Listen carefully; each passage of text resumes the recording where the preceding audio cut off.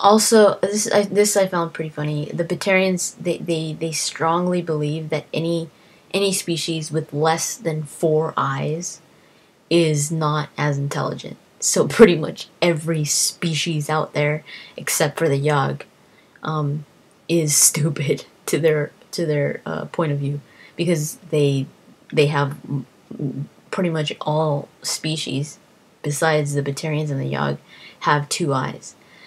So they think they're dumb because they don't have, because they have less than 4 eyes. This is also funny that a lot of times in arguments between a Batarian and another species, the Batarian usually wins the argument because the other species, you know how it's a big deal to look into somebody's eyes when you're in an argument, to kind of like see what the other person is feeling, thinking, body language type of thing, where you just read the person's eyes. The other species doesn't know what set of eyes to look at, so they get lost. And the Batarian usually has the upper hand when it comes to a lot of arguments.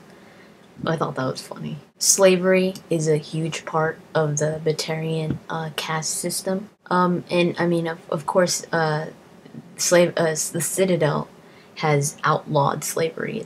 It's illegal to own slaves, but the Batarians don't give a crap about that law. And even when they were on the Citadel, it's kind of a lot of people don't understand why the Batarians were part of the Citadel, why they even had a embassy there if they had slaves. And the Batarians actually hold customs very, very strongly. Like and so much that they actually see slavery as one of their customs. And the outlaw of slavery by the Citadel is actually being prejudiced in their eyes. It's kind of like they feel like that's part of their history. And outlawing it is like kind of like outlawing somebody from worshipping some kind of religion. Body language is a huge part of the Batarian society. For example, tilting your head to the left. It looks like I'm tilting it to the right, but yeah, this is my left. Tilting it to the left is a sign of admiration or respect. When a Batarian tilts his head to the right, it's a sign kind of like saying to whoever he's talking to, if he tilts his head to the right, it's kind of like him saying, I'm better than you, or he feels higher than you. You ain't got nothing on me. The religious beliefs for the Batarians is unknown.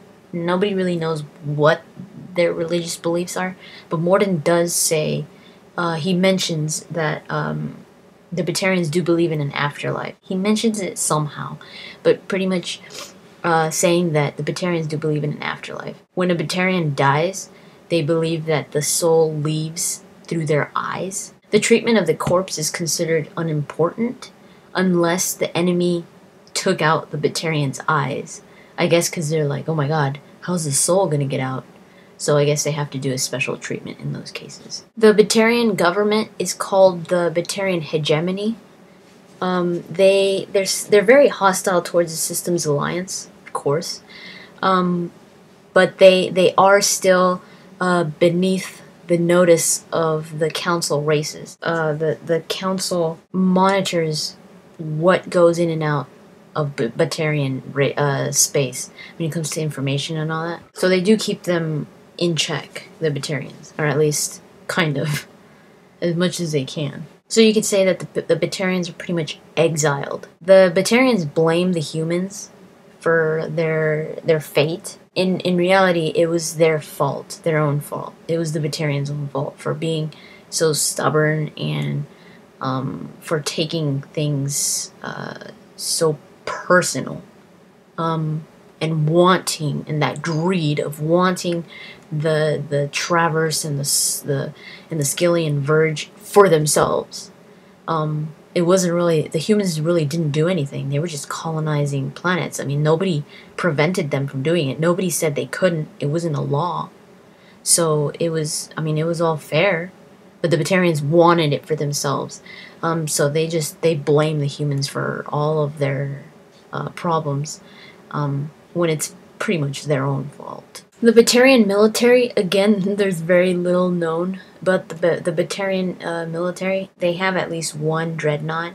They're not bound by that treaty that I've talked about a few times. The Treaty of Farixen, that was the treaty, the ratio 5-3-1.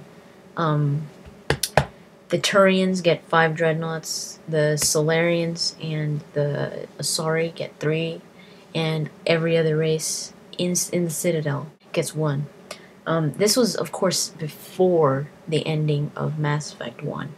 Afterwards, it changes because either the council died and now it's just a human council, or you saved the council and the humans got a spot on the council, so that would change the humans' amount of dreadnoughts.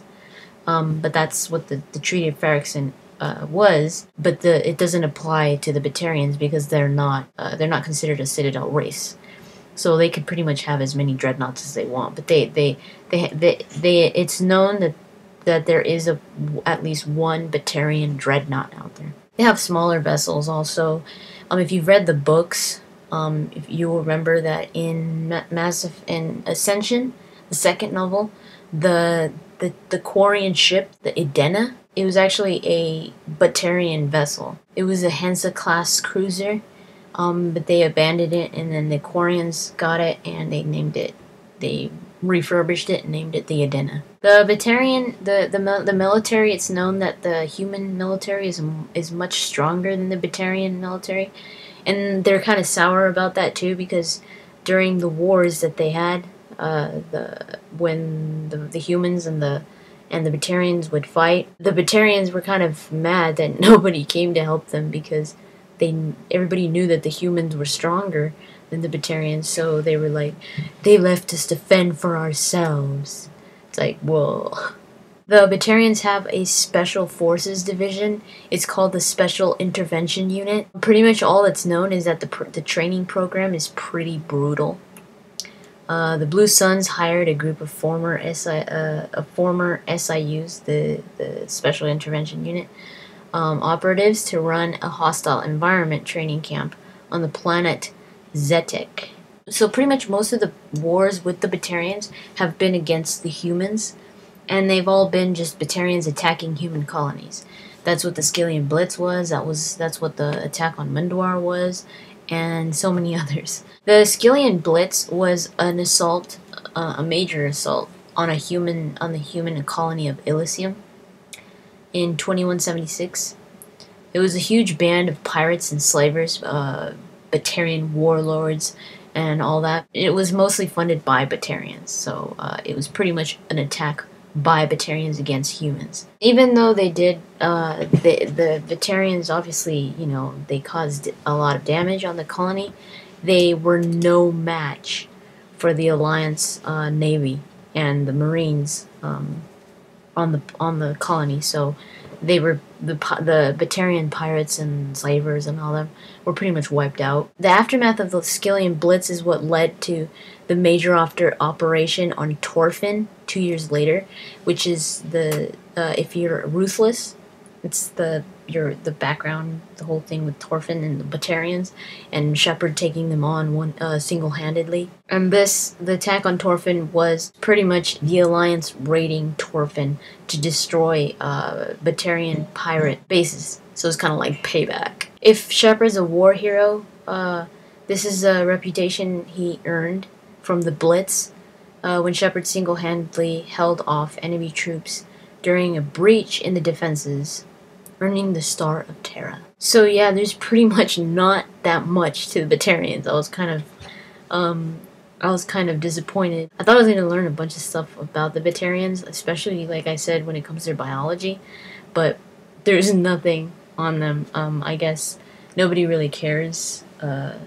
I would care, but nobody really cares about who the Batarians really are and, their biology and all that. They just pretty much paint them as being the enemies. I mean, they pretty much are in Mass Effect. I don't think I've ever met like a good Batarian where he's like, "Hey guys, nice to meet you. I'll totally work for you guys. Like, I'll take a bullet for you and everything. No. Some people are thinking that we might have a Batarian squad member in Mass Effect 3. I don't know about that. I mean, I'm not a big fan of the Batarian. I would like to see something different. I don't really want a Batarian squad member. I mean, why would I? They're all jerks. Every Batarian that we've met is a jerk. I mean, yeah, I think BioWare could come up with a good storyline for a Batarian squad member, just because of the weight that the Batarians carry. The way that everybody sees them, the whole galaxy. So having a Batarian as a squad member, which I doubt would happen. I mean, with what Shepard had to do with the mass relay and all that, I don't think a Batarian would be working with Shepard. I mean, like I said, they could come up with something really interesting to mix that in there. A pretty intense storyline there, but I doubt it. I really doubt that they'll do that. I hope they don't. I prefer to see different things. I would prefer to see, I mean, we've already had a Quarian in our squad, but I would really prefer to see a male Quarian on our squad. That's what I want to see. Like Cal Rieger or something. I'm pretty sure you guys have already heard this, read this, figured this out, whatever. The Batarian Husk has been shown for Mass Effect 3 a few times. It's that big dude that goes blah, blah, blah, and he's got 4 eyes and like heads coming out of his ear everywhere. It's that big thing. In the first demo, we saw the human Husk and the Batarian Husk. A lot of people were thinking that was a Krogan Husk, and it's like, no, that's a Batarian. It's got 4 eyes. So for those of you that didn't know that, that's a Batarian Husk, the cannibal. So that's pretty much it. Like I said, there's not that much to a lot of things are unknown about the Batarians, and I think it's because most of what is focused on the Batarians is just their, how bad they are. They use them as enemies, and that's pretty much it. It's kind of sad, but I guess they make pretty good enemies anyways. I mean, next week, I'm going to be talking about the Drell. The humans were the last of the major races, and the Drell is going to be the last of like the middle races, and then is going to be the minor races. Next week is going to be the Drell. Stay tuned for that, and if you have anything to add, feel free. I will talk to you guys later.